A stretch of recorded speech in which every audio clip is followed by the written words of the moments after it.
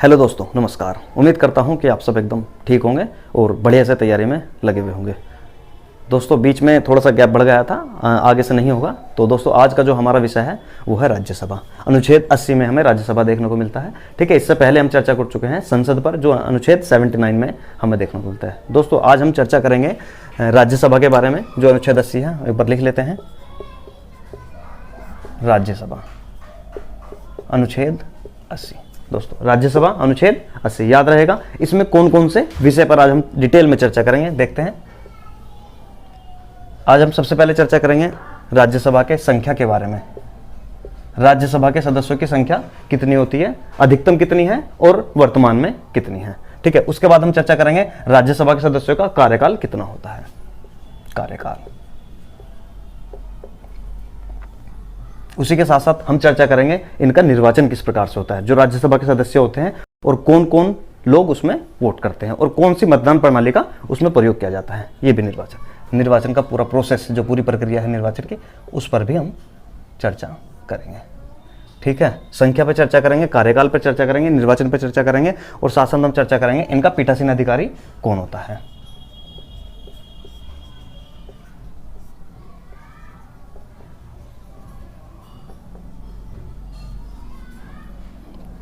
पीठासीन अधिकारी से जो राज्यसभा होती है उसके पीठासीन अधिकारी कौन होते हैं, उस पर भी चर्चा करेंगे। ठीक है, और उसके साथ साथ हम चर्चा करेंगे राज्यसभा के पास संसद के कौन कौन से विशेष अधिकार हैं, यानी विशेष अधिकार।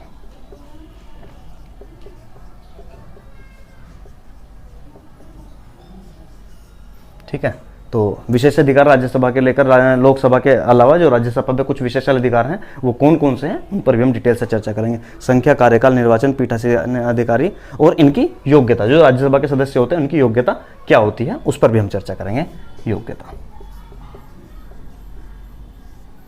ठीक है दोस्तों, आज हम इनके बारे में डिटेल से चर्चा करेंगे। बहुत ही आसान है इसको समझना, बस बने रहिए मेरे साथ और देखते रहिए नीरज क्लासेस। ठीक है दोस्तों, शुरू करते हैं। देखो, सबसे पहले बात आती है, ये जो राज्यसभा है ये क्यों है। हमारे पास मन में प्रश्न बनता है, जब लोकसभा थी तो राज्यसभा की बात क्यों आती है, क्यों राज्यसभा की आवश्यकता क्यों होती है। ठीक है, तो इसका अगर मैं जवाब दूं, देखो जैसे इसके नाम से वाकिफ है राज्यसभा, तो हम लिख सकते हैं जो राज्यसभा होती है वो राज्यों का प्रतिनिधित्व करती है। संसद में राज्यों का प्रतिनिधित्व बराबर बना रहे, इसलिए हमें राज्यसभा की जरूरत होती है। मैं लिख देता हूं, पहले अगर बात करें तो हम लिख सकते हैं राज्यों का प्रतिनिधित्व करने वाली संस्था, ये मान लो, चलो संस्था ही बोल देते हैं, कोई बात नहीं। ठीक है, तो पहली बात तो ये हो जाएगी कि राज्यों का प्रतिनिधित्व करने वाली संस्था कौन सी है, राज्यसभा। संसद में राज्यों का जो प्रतिनिधित्व है वो बराबर बना रहे, इसलिए राज्यसभा है। दूसरी बात, देखो लोकसभा में लोगों का प्रतिनिधित्व होता है। ठीक है, और दूसरी बात अगर मैं कहूं, तो दूसरी बात मैं कहें तो राज्यों के हितों की रक्षा करने के लिए, राज्यों का हित, सभी राज्यों का हित बराबर बना रहे संसद में, तो राज्यों के हितों की रक्षा भी करते हैं। जो राज्यसभा में सांसद हैं, राज्यसभा में जो सांसद बैठते हैं वो राज्यों का हित अपने अपने राज्यों से वो होते हैं और उन्हीं का हित बरकरार रखने के लिए, तो हम दूसरी बात लिख सकते हैं राज्यों का हित करने के लिए, राज्यों का हित करने के लिए जो सांसद होते हैं राज्यसभा के वो होते हैं। ठीक है, तो क्यों वाली बात आती है, तो राज्यों को प्रतिनिधित्व करने के लिए और राज्यों को हित को बरकरार रखने के लिए राज्यसभा का गठन किया गया था। ठीक है, इसमें संख्या कितनी होती है, कार्यकाल क्या होता है, निर्वाचन क्या होता है, पीठासीन अधिकारी कौन होता है, विशेष अधिकार, योग्यता, इन पर भी हम डिटेल से चर्चा करेंगे। तो सबसे पहले हमने देखा राज्यसभा क्यों होती है। ठीक है, तो 2 पॉइंट मैंने आपको बताया, दोनों बराबर है, राज्यसभा का हित करना है। ठीक है दोस्तों, आगे देखते हैं राज्यसभा की संख्या क्या होती है। राज्यसभा की संख्या के बारे में देखते हैं, मैं इसको साफ कर देता हूं।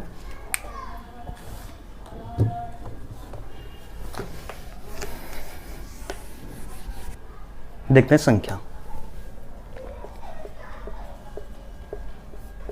राज्यसभा की संख्या। संख्या से पहले एक बार हम देख लेते हैं, ये संसद है, अनुच्छेद 79। ठीक है, आप बहुत अच्छे से जानते हैं संसद के 3 पिलर या 3 चीजों से मिलकर या 3 से जो है उनसे मिलकर संसद बनती है। ठीक है, सबसे पहले राष्ट्रपति, हमारे राष्ट्रपति जी, उसके बाद राज्यसभा, और तीसरा लोकसभा। लोकसभा की बात करें तो अनुच्छेद 81 में आ जाएगा, राज्यसभा की बात करें तो अनुच्छेद 80 में, और राष्ट्रपति आप जानते हैं 52 से स्टार्ट होता है, बहुत सारे अनुच्छेद हैं। ठीक है, तो संसद 79 में, ये इस पर हम संसद पर वीडियो बना चुके हैं, यदि वो वीडियो आपने नहीं देखी है तो डिस्क्रिप्शन में उसका लिंक आपको मिल जाएगा, वहां से देख लीजिएगा। ठीक है, तो आज का जो हमारा विषय है वो है राज्यसभा अनुच्छेद 80। देखो इस तरह से संसद बनती है, ये आपने देखा होगा, बार बार हम पिछली वीडियो में भी इसका कई बार जिक्र कर चुके हैं, तो ये सब आपके दिमाग में बिल्कुल अच्छे से बैठ गया होगा, संसद, राष्ट्रपति, राज्यसभा और लोकसभा। तो आज का जो हमारा विषय है वो राज्यसभा ही है, लेकिन फिलहाल हम जो टॉपिक पे चर्चा करेंगे वो है राज्यसभा के सदस्यों की संख्या। देखो राज्यसभा के सदस्यों की संख्या पे बात करने के लिए हम 2 पॉइंट बना सकते हैं। एक तो होती है अधिकतम संख्या, देखो ये आज हमारे आज का टॉपिक है, हम देखते हैं अधिकतम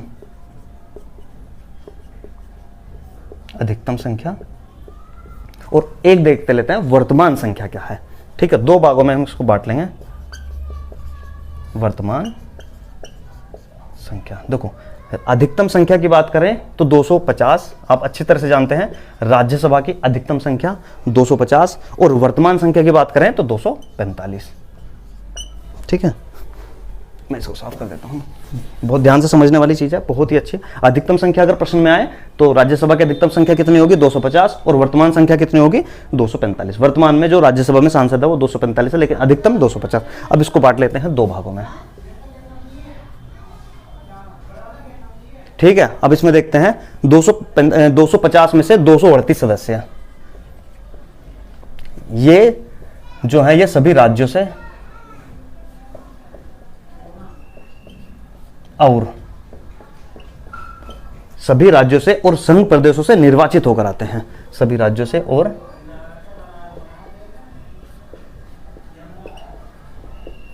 संघ प्रदेशों से निर्वाचित होकर आते हैं।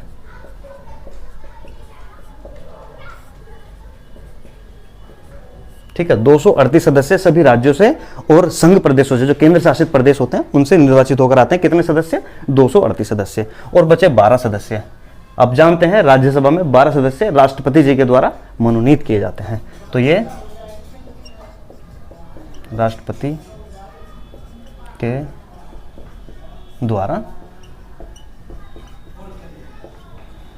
मनोनीत होते हैं। ठीक है, ये 12 सदस्य जो होते हैं अपने जो विषय होते हैं उसमें विशेषज्ञ होते हैं, जैसे कला है, विज्ञान है और साहित्य है या फिर खेल वगैरह है, उसके जो विशेषज्ञ होते हैं उनको राज्यसभा में लाने का मौका दिया जाता है ताकि उनका भी योगदान बना रहे। तो ठीक है, ध्यान रखेंगे राज्यसभा के अधिकतम सदस्यों की संख्या 250 है, 238 जो है वो निर्वाचित होते हैं। निर्वाचन होता है कितने लोगों का, 238 लोगों का। निर्वाचन कैसे होता है इसके बाद चर्चा करेंगे, फिलहाल हमारा फोकस संख्या पर है। तो सभी राज्यों और केंद्र शासित प्रदेशों से 238 सदस्यों का निर्वाचन और 12 सदस्यों का निर्वाचन कहां से, मनोनीत हो गए राष्ट्रपति के द्वारा, वो अपने हिसाब से मनोनीत करते हैं। अब देखते हैं वर्तमान में ऐसा नहीं है। वर्तमान में क्या है, वर्तमान में सदस्यों की संख्या कितनी है, 245। अब इसको भी तोड़ लेते हैं। ठीक है दोस्तों देखो ये जो वर्तमान में 238 सदस्य हैं, ये 238 नहीं हो पाते, ये 235 रह जाते हैं। हाँ दोस्तों, ये तो 238 सदस्य हैं, ये 238 सदस्य नहीं हो पाते, 233 सदस्य रह जाते हैं। 233 यानी जो निर्वाचन होता है वो 233 सदस्यों का ही निर्वाचन होता है। 233 सदस्यों का वर्तमान में निर्वाचन होता है। ठीक है, 233 सदस्यों का निर्वाचन होता है और 12 सदस्य राष्ट्रपति के द्वारा मनोनीत हैं।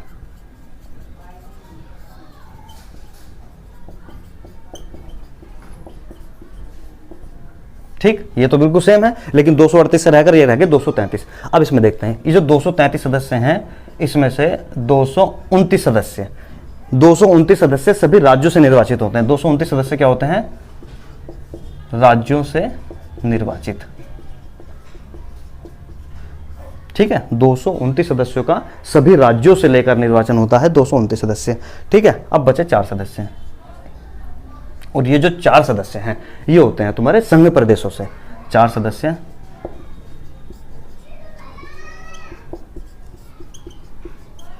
सदस्य किस किस से, संघ प्रदेशों से। 229 सदस्य सभी राज्यों से और 4 सदस्य संघ प्रदेशों से। संघ प्रदेशों की बात करें तो इसमें सिर्फ 2 राज्य हैं, दिल्ली और पांडुचेरी। ठीक है, संघ प्रदेशों की बात करें तो संघ प्रदेशों में केवल 2 राज्यों से निर्वाचन होता है, एक तो दिल्ली और पांडुचेरी। दिल्ली की बात करें तो दिल्ली की विधानसभा से 3 सदस्य और पांडुचेरी से 1 सदस्य। ठीक है, इस तरह से राज्यसभा की संसदों का सीट है राज्यसभा की, वो इस तरह से डिवाइड होती है। एक बार देख लेते हैं अधिकतम संख्या, प्रश्न कैसे बनता है। राज्यसभा के सदस्यों की अधिकतम संख्या 250, राज्यसभा की जो वर्तमान संख्या है वो 245। ठीक है, निर्वाचन कितने सदस्यों का हो पाता है, 233 सदस्यों का ही निर्वाचन हो पाता है, बाकी का नहीं हो पाता। निर्वाचन में देखें तो 229 सदस्य जो हैं वो राज्यों से निर्वाचित होते हैं। भारत में जितने राज्य 28 राज्य हैं, सभी 28 राज्यों में 229 सदस्यों का निर्वाचन होता है। और संघ प्रदेशों की बात करें तो 4 सीट जो हैं राज्यसभा में संघ प्रदेशों के हैं, जिसमें से 3 सीट दिल्ली केंद्र शासित प्रदेश की है और 1 सीट पांडुचेरी से है। ठीक है, तो दिल्ली से 3 और पांडुचेरी से 1, तो इस तरह से, और 12 तो राष्ट्रपति के द्वारा मनोनीत हैं। तो ये थी संख्या। उम्मीद करता हूं कि चीजें समझ में आई होगी। इसके बाद देखते हैं निर्वाचन, कि राज्यसभा के सदस्यों का निर्वाचन कैसे होता है। मैं इसको साफ कर देता हूं। बात करते हैं निर्वाचन की।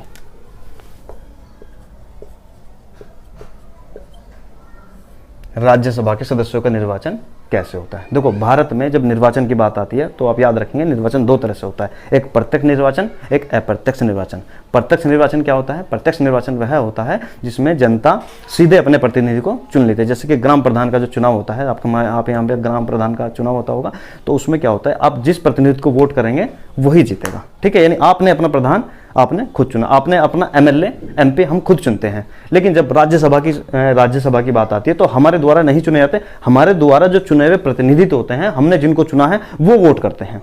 ठीक है, तो एक बार देख लेते हैं चुनाव 2 प्रकार से, पहले भी हम चर्चा कर चुके हैं। एक तो होता है प्रत्यक्ष और एक होता है अप्रत्यक्ष। ठीक है, प्रत्यक्ष में क्या होता है, आप सीधे अपने प्रतिनिधि का चुनाव करते हैं। मैं लिख देता हूं, आप नोट्स बनाते रहिएगा इसे देख देख के। चुनाव प्रत्यक्ष, शॉर्ट में लिख देते हैं,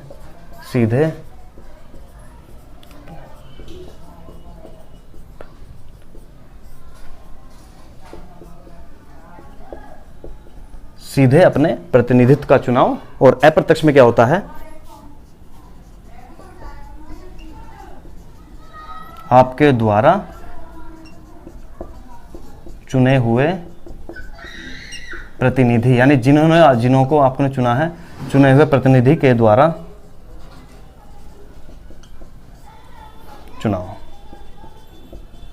या मत का प्रयोग। यानी आप मत का प्रयोग नहीं करते। तो राज्यसभा की बात करें तो राज्यसभा में अप्रत्यक्ष मतदान होता है। ठीक है, एमएलए का चुनाव होगा तो सीधा मतदान होगा, यानी प्रत्यक्ष मत होगा। एमपी का चुनाव होगा तो सीधा होगा, मेंबर का चुनाव होता है तो सीधा होता है, प्रधान का चुनाव होते हैं तो सीधे होते हैं। लेकिन जो राज्यसभा की बात आती है, ठीक है, राज्यसभा की जो बात आती है वो अप्रत्यक्ष चुनाव के द्वारा होता है। और किस मतदान प्रणाली का, मतदान प्रणाली पर देख लेते हैं। तो मतदान प्रणाली की बात करें तो एकल संक्रमणीय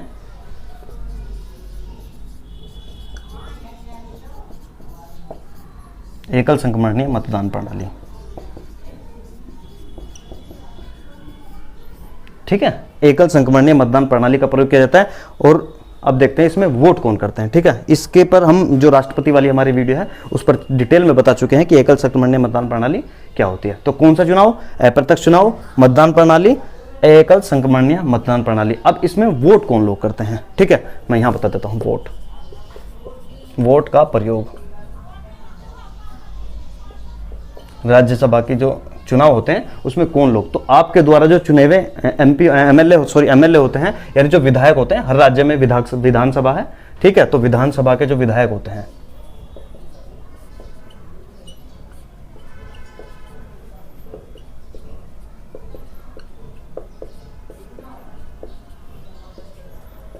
आपने अपने यहां से विधायक को चुना और विधायक क्या करते हैं, राज्यसभा के सदस्य चुनते हैं हर राज्य से। ठीक है, विधानसभा के विधायकों द्वारा मतदान होता है। ठीक है, तो देखो सबसे पहले कौन सा चुनाव, अप्रत्यक्ष चुनाव होगा, प्रत्यक्ष नहीं होगा, अप्रत्यक्ष होगा। मतदान प्रणाली एकल संक्रमणीय मतदान प्रणाली। और वोट कौन लोग करते हैं, वोट इसमें जो विधानसभा के विधायक हैं वो लोग वोट करते हैं। विधायक जो होते हैं आपके यहाँ के जो एमएलए होते हैं, मेंबर ऑफ लेजिस्लेटिव असेंबली, इनके द्वारा वोट किया जाता है, एमएलए के द्वारा वोट किया जाता है। ठीक है, तो निर्वाचन पता चल गया। ठीक है, आगे देखते हैं।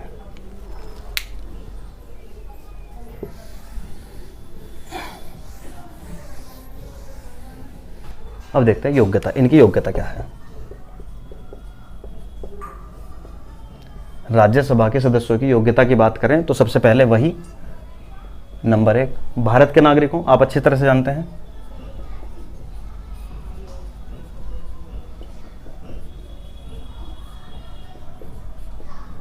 नंबर 1 भारत के नागरिक हो। नंबर 2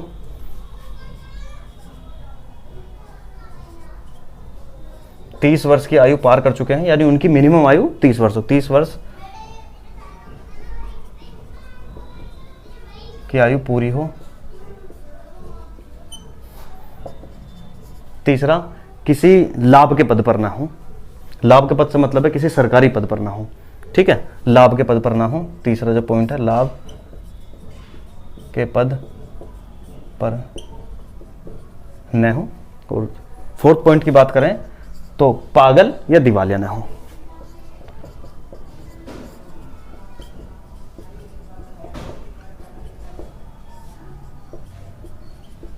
भाई अगर पागल होगा या फिर दिवालिया होगा तो कुल मिलाकर जब वहां जाएगा तो बातें कैसी करेगा, अगर दिवालिया होगा तो सब कुछ लुटा देगा, क्योंकि अपने आप में वो बेचारा दिवालिया हो चुका है, ठीक है। तो ये 4 पॉइंट हैं। योग्यता की बात करें तो भारत का नागरिक हो, ठीक है, 30 वर्ष की आयु पूरी कर चुका हो, लाभ के पद पर ना हो, लाभ का पद से मतलब है सरकारी पद पर ना हो, पागल या दिवालिया ना हो, ठीक है। देखो ये एक मिनट मैं बताना चाहता हूँ, ये जो 30 वर्ष की आयु है इसमें लोग कंफ्यूज रहते हैं, ठीक है, मैं बताता हूँ। जैसे कि ये संसद है, हम बार बार इसका जिक्र करते हैं, ठीक है, और ये राष्ट्रपति हैं, ये राज्यसभा है और ये लोकसभा है,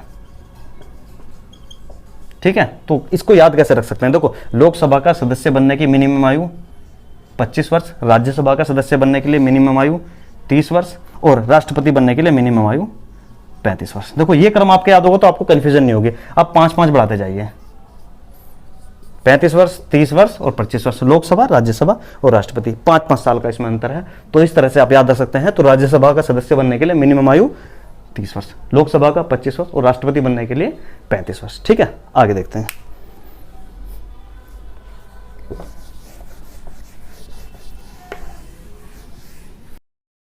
ठीक है, देखते हैं कार्यकाल।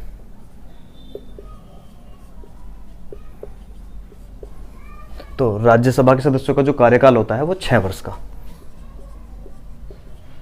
ठीक है, बाकी का सबका ज्यादातर 5 वर्ष का होता है, लेकिन राज्यसभा के सदस्यों का कार्यकाल 6 वर्ष का होता है, पद ग्रहण करने की तिथि से। मैं लिख देता हूं,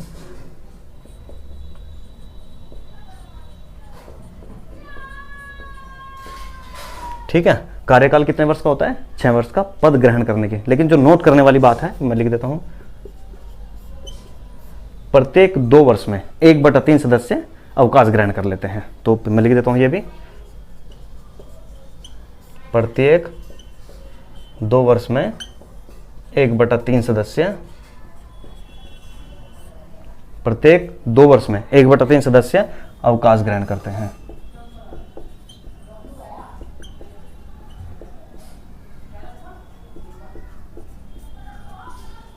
ठीक है दोस्तों, लोकसभा जो है वो एक अस्थायी सदन है, भंग हो जाती है, और क्योंकि उसके सारे सदस्य एक साथ आते हैं 5 साल के लिए और 5 साल बाद फिर खत्म, फिर नए लोकसभा का गठन होता है। लेकिन राज्यसभा में ऐसा नहीं होता, राज्यसभा एक स्थायी सदन है। देखो इसकी बात करें तो यह एक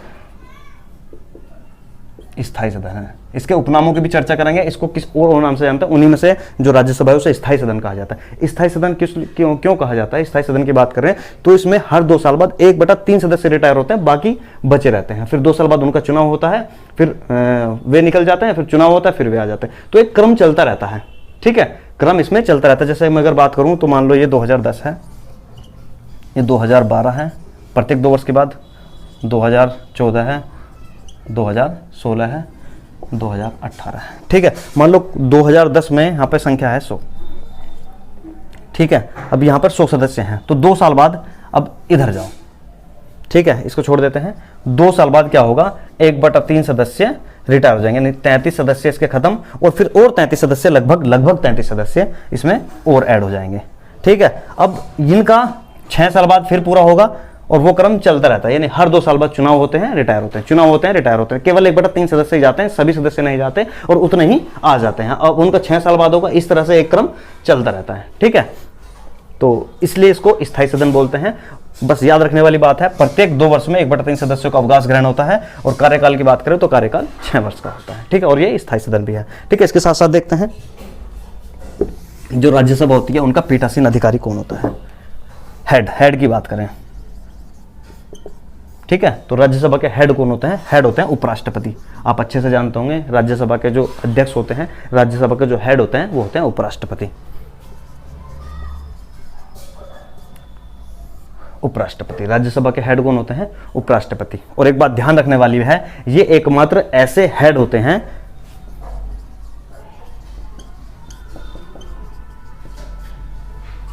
ऐसे हेड या मुखिया होते हैं, मुखिया लिख देता हूं, जो जिसके हेड है उसके सदस्य नहीं होते। एकमात्र ऐसे मुखिया हैं जो उस सदन के सदस्य नहीं होते हैं, ठीक है। यानी लोकसभा अगर बात करें तो लोकसभा का जो हेड होता है वो उसी का सदस्य होता है, विधानसभा का जो हेड होता है वो उसी का सदस्य होता है, ठीक है। विधान परिषद का भी उसका सदस्य होता है, लेकिन राज्यसभा एक ऐसा सदन है जिसका जो हेड होता है वो उसका सदस्य नहीं होता। लेकिन इसमें ये भी ध्यान रखने वाली बात है, उपराष्ट्रपति राज्यसभा में जब वोटिंग होती है तो ये वोट नहीं करेंगे क्योंकि उसके सदस्य नहीं है, ठीक है। लेकिन एक तो होते हैं इसमें जो हेड होते हैं, सभापति होते हैं, ठीक है, एक होते हैं उपसभापति, ठीक है। उपसभापति जब ये छुट्टी पर होते हैं तो ये कार्यकाल देखते हैं। और ये कौन होते हैं? ये राज्यसभा के कोई सदस्य होते हैं जो उसके उपसभापति होते हैं, ये सदस्य होते हैं। लेकिन जो मुखिया होते हैं, मेन हेड होते हैं उपराष्ट्रपति, वो वहां के सदस्य नहीं होते, वो उपराष्ट्रपति होते हैं, ठीक है। तो अब उपराष्ट्रपति के पास काम तो कुछ था नहीं था, हम उपराष्ट्रपति की वीडियो में भी चर्चा की थी, डिटेल में बताया था क्यों इनको ये काम दिया गया। उनके पास अपना तो कुछ काम होता नहीं था, तो सोचा कि चलो ठीक है उनको यही काम दे दिया जाए। और जो उनको तनख्वाह दी जाती है वो इसी कार्य के लिए दी जाती है, क्योंकि वो उपराज्यसभा के जो राज्यसभा होती है उसके हेड के रूप में कार्य करते हैं, उसी लिए उनको सैलरी दी जाती है, ठीक है। तो उपराष्ट्रपति मुख्य हेड होते हैं, मुखिया होते हैं, और जो उपसभापति होते हैं वो उसके छोटे, या फिर जब वो छुट्टी पर हैं तो वो काम करेंगे, ठीक है। अगर ये भी छुट्टी पर है और ये भी छुट्टी पर है तो होता क्या है, पहले से एक कमेटी बनी होती है, उसका एक सदस्य जो होता है, 6-7 मेंबर होते हैं, उसी का एक सदस्य देखता है। लेकिन ऐसा ना के बराबर होता है, ठीक है। आगे देखते हैं राज्यसभा के विशेष अधिकार।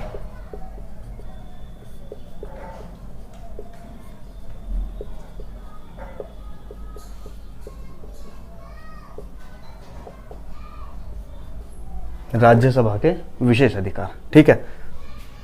देखो दोस्तों, आपने एक पढ़ा होगा अनुसूची 7, इसमें अगर हम पहले की बात करें, यानी पहला विशेष अधिकार, तो आपने पढ़ा होगा अनुसूची 7। अनुसूची 7 का विषय क्या है आप अच्छी तरह से जानते हैं, शक्तियों का बंटवारा अनुसूची 7 में है।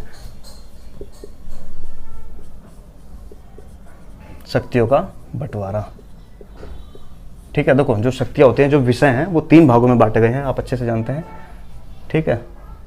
सबसे पहले संघ सूची, राज्य सूची और समवर्ती सूची, 3 सूची होती हैं।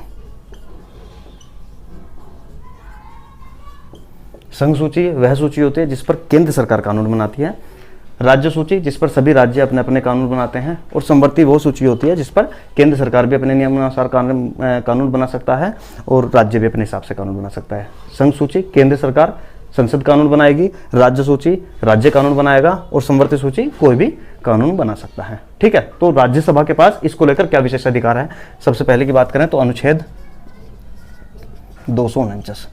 देखो दोस्तों, अनुच्छेद 249 में कहा गया है कि राज्य सूची का कोई भी एक ऐसा विषय जिस पर संघ कानून बना सकता है, ठीक है। राज्य सूची का मैं लिख देता हूं, राज्य सूची का कोई भी विषय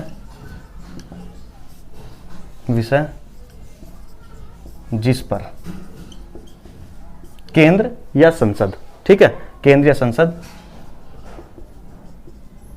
कानून बना सकती है। तो लेकिन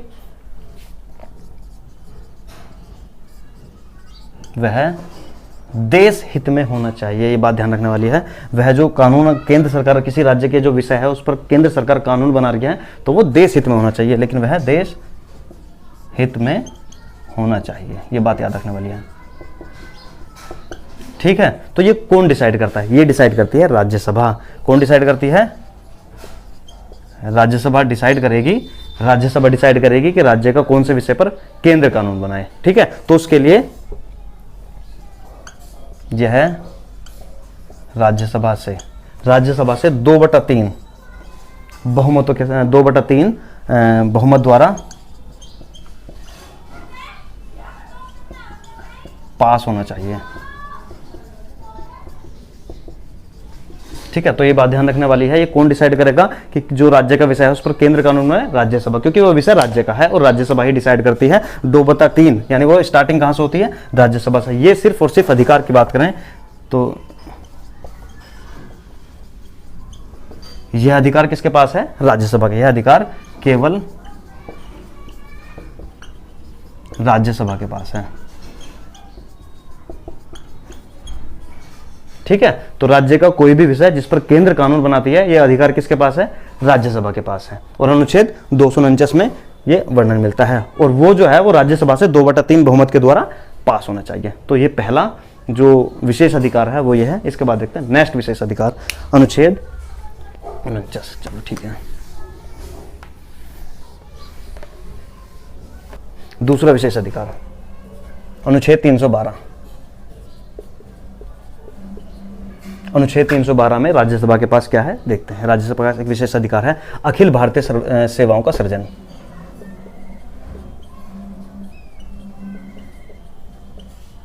अखिल भारतीय सेवाओं का सृजन। अनुच्छेद 312 में अखिल भारतीय सेवाओं का सृजन देखने को मिलता है। एक बार देख लेते हैं अखिल भारतीय सेवाएं भारत में कौन कौन सी हैं। ठीक है, सबसे पहले IAS, IPS, IFS। ठीक है, IAS का मतलब है भारतीय प्रशासनिक सेवा।